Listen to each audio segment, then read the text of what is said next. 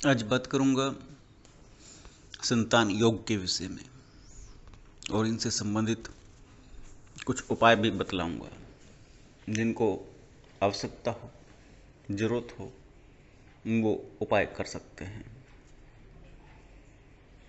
संतान योग जन्मपत्री में कैसे देखा जाता है, कैसे इसकी कैलकुलेशन करते हैं, इसके भिन्न भिन्न रूप देखने को मिलते हैं। संतान योग में सर्वप्रथम कुंडली में बृहस्पति जी की स्थिति देखी जाती है। बृहस्पति जी अच्छे हों तो आपको संतान मिल जाएगी। शुक्राचार्य जी जो कि रज और वीर्य के स्वामी हैं, अगर इनकी पोजीशन भी सही है तब भी आपको संतान मिल जाएगी। शुक्राचार्य जी का अच्छी स्थिति में होना ये बतलाता है कि आप शारीरिक रूप से ठीक होंगे, स्वस्थ रहेंगे संतान के क्षेत्र में। हालांकि शुक्राचार्य जी अगर अच्छे हैं तो आपको आपके शरीर में अंतःस्रावी ग्रंथियां, अंतःस्रावी का मतलब है जो आपके अंदर अंतस में जो ग्रंथियां हैं अंदर शरीर में जो विद्यमान हैं, जैसे ग्लैंड्स हो गई, पिट्यूटरी ग्लैंड्स हो गई, ये हार्मोन्स को स्रावित करने वाले, हार्मोन्स को निकालने वाले समस्त प्रकार के केंद्र वो अच्छे प्रकार से काम करेंगे और आप स्वस्थ और मजबूत रहेंगे। तो शुक्राचार्य जी और बृहस्पति जी ये दोनों संतान को प्रदान करने में महत्वपूर्ण भूमिका निभाते हैं। अब बृहस्पति जी से संसार के बहुत सारे सुख देखे जाते हैं। सांसारिक सुख क्या क्या हो सकते हैं जो बृहस्पति जी के अधिकार क्षेत्र में आते हैं। सबसे पहला है धन। बृहस्पति जी अगर प्रसन्न है, उनकी कृपा दृष्टि है तो जातक के पास धन का आवागमन बना रहेगा, धन की प्राप्ति सुनिश्चित होगी, लाभ बना रहेगा, चाहे वो किसी भी रूप में हो। जरूरी नहीं कि कर्म क्षेत्र मजबूत हो या अपना व्यापार हो या जॉब हो, कहीं से भी कैसे भी बृहस्पति जी कृपा दृष्टि करके उस पर अपना अनुग्रह बनाए रखते हैं। धन के आवागमन के उपरांत पत्नी सुख, संतान सुख, संपत्ति सुख, व्यापार में वृद्धि सुख, नौकर चाकर का सुख, बहुत सारे विषय वस्तुएं ऐसी हैं जो बृहस्पति जी के अधिकार क्षेत्र में आती हैं।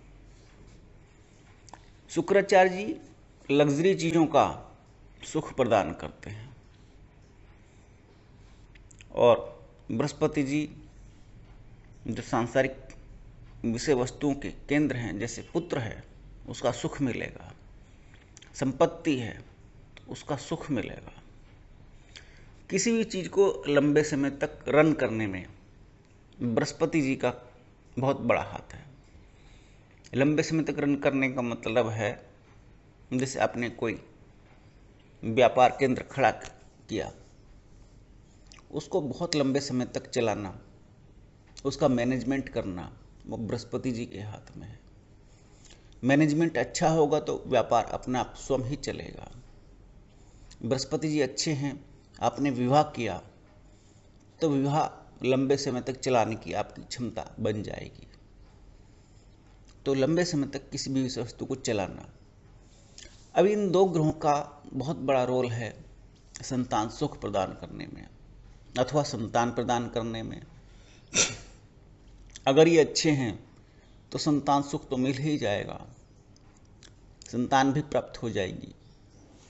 ज़्यादातर जन्मपत्रियों में जो संतान की तरफ से परेशान रहते हैं उनमें बृहस्पति जी नीचस्थ हो सकते हैं जो मकर राशि में होंगे। शुक्राचार्य जी के नीचस्थ अर्थात कन्या में जाने से जातक का तो कई बार विवाह भी नहीं होता, और लड़कियां हैं अगर उनका बृहस्पति नीचस्थ है तब भी उनका विवाह होने में बड़ी परेशानी उत्पन्न होती है। उनके साथ मैचिंग नहीं बनती, जन्मपत्तियाँ मैच नहीं करती या कुछ और प्रॉब्लम सामने आ जाती है। तो विवाह संबंधी समस्याएं भी इन दोनों ग्रहों की वजह से, अगर ये नीचस्थ हो जाए, उत्पन्न हो जाती हैं।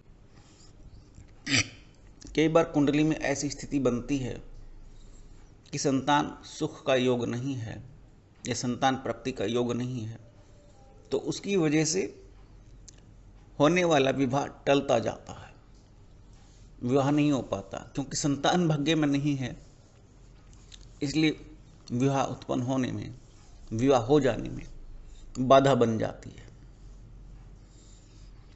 इसके अलावा कुंडली में अगर आप देखते हैं तो पंचम भाव की और भाग्य भाव की, अर्थात 9वें भाव की, 9वें घर की, 5वें घर, 9वें घर की स्थिति महत्वपूर्ण है।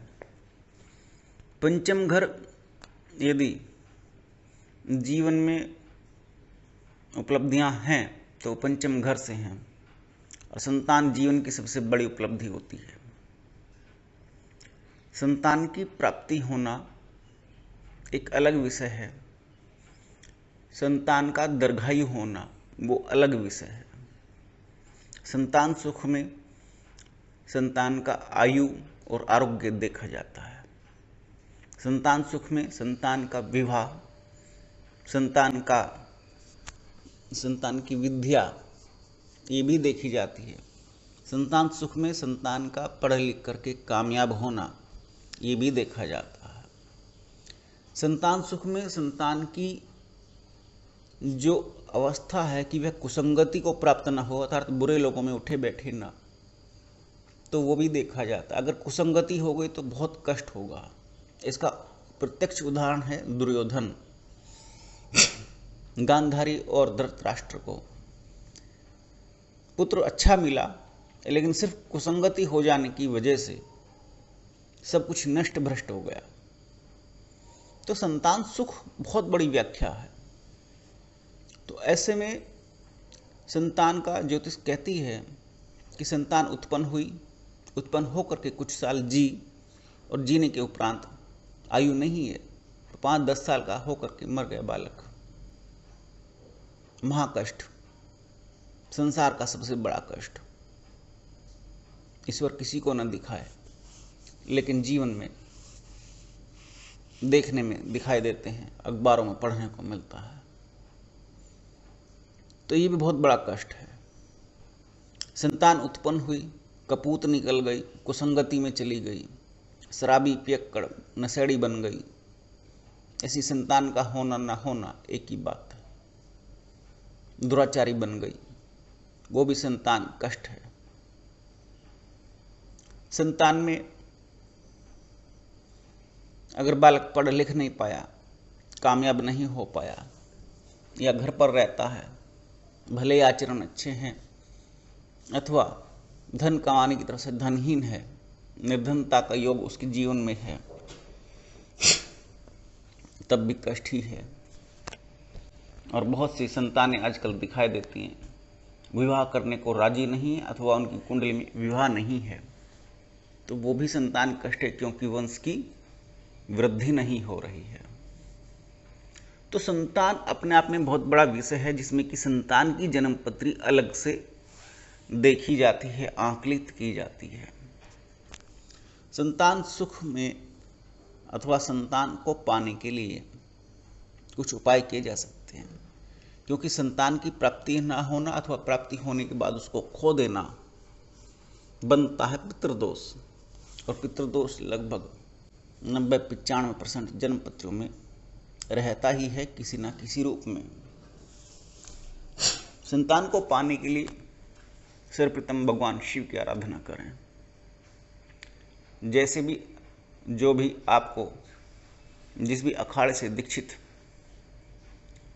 गुरु महाराज मिल जाएं तो उनकी दीक्षा लेनी चाहिए।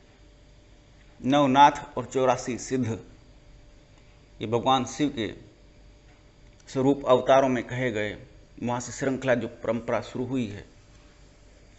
नवनाथ हैं, उन नाथों में से जैसे गोरखनाथ का अपना नाम सुना है, इसी तरह से 9 नाथ हैं, उनमें से किसी से भी आप दीक्षित होकर के अपनी साधना को डेवलप कर सकते हैं। साधना अच्छी होगी, गुरु की और इष्ट की, भगवान शिव की कृपा होगी तो संतान भी निश्चित रूप से प्राप्त होगी। भले ही भाग्य में ना हो, लेकिन आपको मिल जाएगी। इसके अलावा भगवान विष्णु की प्रसन्नता के लिए विष्णु सहस्त्र नाम का पाठ करना चाहिए, क्योंकि पितृदोषों के निवारण के लिए अथवा वंश वृद्धि के लिए भगवान विष्णु का रूप, उनके दर्शन और उनकी पूजाओं का विधान मिलता है, क्योंकि संसार को चलाने वाले, आगे प्रगति प्रदान करने वाले वही हैं। भगवान विष्णु को आराधन से ही संसार में संतान और वंश वृद्धि होती है। तो बृहस्पति जी का व्रत रख सकते हैं, रखना चाहिए। जिनके विवाह नहीं होते अथवा जिनको संतान प्राप्त नहीं होती, उनको बृहस्पति जी का व्रत रखने से लाभ की प्राप्ति होती है, संतान की और संपत्तियों की प्राप्ति होती है। बृहस्पति जी का व्रत ज्येष्ठानंद और बसंत अर्थात जेठ के महीने में, जो कि आधा जून और आधा जुलाई पड़ता है लगभग, और बसंत आता है आपका फरवरी और मार्च में, आधा फरवरी लगभग आधा मार्च के आसपास आता है। तो उस समय से शुरू किए जा सकते हैं। 2 समय बतलाए गए हैं और पूरे 1 साल के लिए रखने चाहिए। 1 साल में 52 अथवा 51 बृहस्पतिवार पड़ेंगे। हो सकता है 50 पड़े, लेकिन 51 व्रत आप रखिए। बृहस्पतिवार को पीले मीठे का भोजन का भोग कीजिए और वही पीला मीठा भोजन उसको बांटिए भी, पीले वस्त्रों का दान करें। बृहस्पति जी की प्रसन्नता की प्राप्ति के लिए आपसे जो बन सकता है वो उपाय करें। भगवान विष्णु के दर्शन करें, केले के पेड़ों को लगाएं, पृथ्वी पर पेड़ लगाएं जहाँ जहाँ भी मौका मिले, जहाँ जो जगह खाली दिखाई दे, जिससे सृष्टि का कल्याण हो।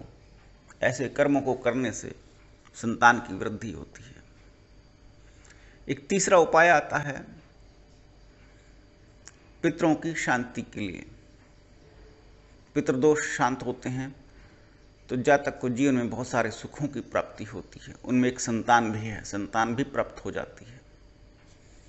अमावस्या और एकादशी पर भगवान विष्णु की प्रसन्नार्थ पितरों की शांति के लिए, पितरों की प्रसन्नता के लिए वस्त्रों का दान करना चाहिए, भोजन का दान करना चाहिए। लेने वाला चाहे ब्राह्मण हो अथवा अन्य कोई फकीर, आपको करना चाहिए। बृहस्पति जी, भगवान विष्णु, भगवान शिव, इन सब की कृपा दृष्टि से संतान की प्राप्ति के योग सुनिश्चित हो जाते हैं, संतान मिल जाती है। यदि शुक्राचार्य जी कहीं जन्मपत्री में गड़बड़ हैं, नीचस्थ हैं अथवा पाप ग्रह से पीड़ित हैं, तो शुक्र के उपाय बनेंगे। शुक्र को मजबूत करने के लिए शिवलिंग पर दही चढ़ाएं और शुक्राचार्य जी के जप का विधि विधान से पंडित से, ब्राह्मण से जप करवाएं और गूलर की लकड़ी का हवन होगा, जातक को संतान की प्राप्ति हो जाएगी। मैंने कुछ 4-5 उपाय बतलाए हैं। इन उपायों से संतान की प्राप्ति होना, संतान सुख बने रहना जीवन में संभव है। और प्रभु से हमेशा कोई भी प्रार्थना करें तो उसमें प्रार्थना करें कि संतान सुख की प्राप्ति हो, क्योंकि केवल 1-2 शब्द आपके जीवन में बहुत सारे सुखों को सुनिश्चित कर देते हैं। क्योंकि जन संतान के भाग्य में सुख होंगे तो आपको भी प्राप्त हो जाएंगे। कई बार अपने जीवन में बहुत सारी संपत्तियां नहीं होती, वो संतान के भाग्य से प्राप्त होती हैं। तो आज मैंने संतान योग के विषय में कुछ बातें कही। जो लाभ पाना चाहते हैं वो फॉलो कर सकते हैं। नमस्कार।